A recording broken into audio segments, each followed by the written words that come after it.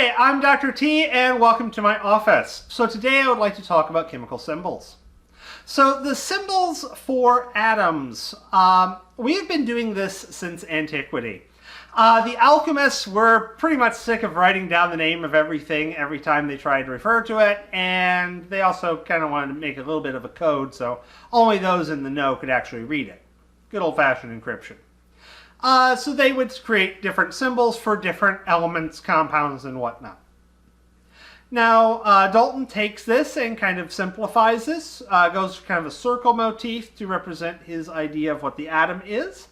And then as time progresses, we're like, okay, this is an improvement. We need this even simpler. Ideally something that can go straight into some nice text, because the printing press is not a new invention at this point by a long shot, but is definitely a really nice one. So we'd really like to make something that's easy to print.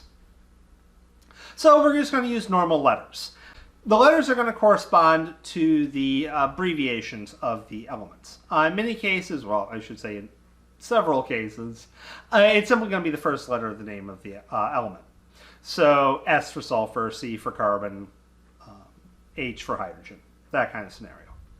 Now, sometimes it will be the first letter of the name of the element, but it's not the name of the element that we use in English. So it's W for tungsten. W is for wolfsbanium, the German for tungsten. Tungsten's color apparently resembles that of the coat of a wolf. Go figure. That said, we only have 26 letters and 118 elements, so something's going to have to give. And that is that most of your elements actually get two-letter abbreviations. A capital letter to start with and a lowercase letter that comes afterwards. This is to distinguish it from two different elements being smushed together in some form of compound. So, for instance, cobalt is capital C, lowercase o, whereas carbon monoxide, a compound containing one carbon and one oxygen, it would be capital C, capital O. Yeah, capitalization is going to matter on this one. You will occasionally see periodic tables with three-letter abbreviations for the elements. These are temporary placeholder names until the actual name of the element can be haggled out and decided by international agreements, which, you know, sometimes takes longer than other times. Now, with these symbols, we can add to them. Typically, the information we're going to add to them is going to go in the corners of the symbol, so I'm just going to kind of go around the symbol and discuss what each corner might mean. So in this case, each corner is going to be a number, potentially. So a number in the lower left-hand corner is the atomic number, and this is going to be the number of protons in your element. Now, this is a bit redundant with the symbol, since every carbon has 6 protons, and every atom with 6 protons is a carbon. So it's not really all that needed, and quite often you won't see it there for that reason, but sometimes you do see it there. So if you had carbon, you could have in the lower left-hand corner a 6, and that would tell you there are 6 protons in the carbon. Now, a bit more useful, although once again a little often left off because it's not that useful in many applications, is the atomic mass number. This is going to be in the upper left-hand corner. This is the sum of protons plus neutrons. The atomic mass number is going to usually be there when you're dealing with different isotopes. Isotopes are going to be two elements with the same number of protons. They're the same element, but these two atoms have different numbers of neutrons. Iso means same, tope means substance.